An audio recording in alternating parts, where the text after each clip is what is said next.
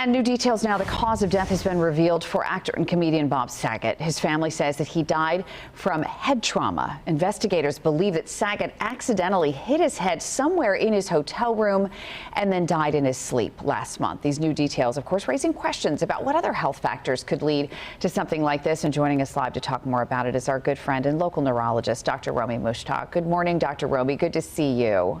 Good morning, Amy, and a pleasure to join you all this morning to discuss the news of Bob Saget's death. Yeah, it's heartbreaking, and I think a lot of people assumed it was a heart attack or it was a stroke, right? And I'm sure for most people, it didn't even cross their minds that he could have hit his head on something and then thought, oh, I'm fine, I'm just going to lay down.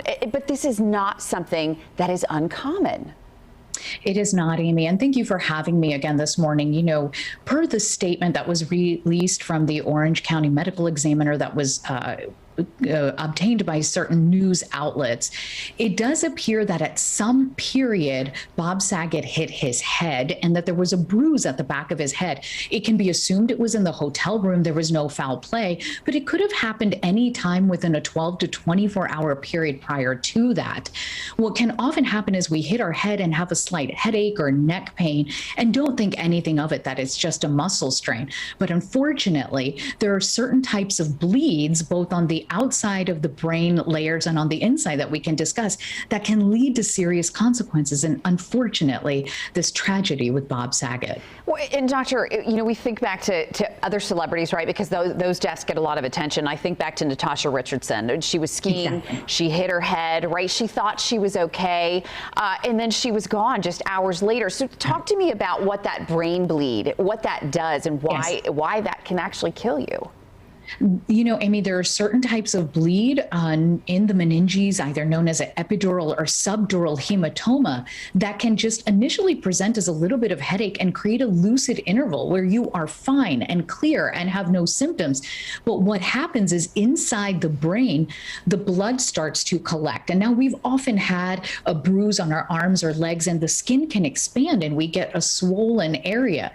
There's no room inside the skull, a hard bone, to expand. And so that starts to put pressure on the brain that can lead to very serious symptoms like a seizure, severe headache, loss of vision, loss of movement, and even coma and death, which seems to be the speculation of what has happened here. We don't have full details of the autopsy report to really understand the location and the severity of the bleed. I think if there's a lesson in this for all of us, it's that if something like this happens to you, you've got to go to the emergency room. I mean, I would think that in an emergency situation, there would be some things that they can do to help. Absolutely, Amy. The key is to obtain a brain scan and to look for signs of bleeding anytime there's head injury, and also a neurological exam. I want to also highlight that per the report here, and that the family made it clear that there were no additional recreational or prescription drugs involved. You know, certain prescription drugs like opioid or painkillers or even allergy medicines can make us dizzy and have a head trauma. Alcohol, when it's consumed even in regular amounts, can thin the blood and make you more prone to having a brain bleed. But we want to be clear that the family stated here and per the report that there was no alcohol or drugs involved. But yes, absolutely, anybody that's watching is to always get care and not assume that it's just a, quote, mild headache. Right. God bless. It's just so sad. But it is interesting, of course, to know now what happened. And I think hopefully this will help other people who are in similar situations. Dr. Romie, thank you so much. Thank you, Amy.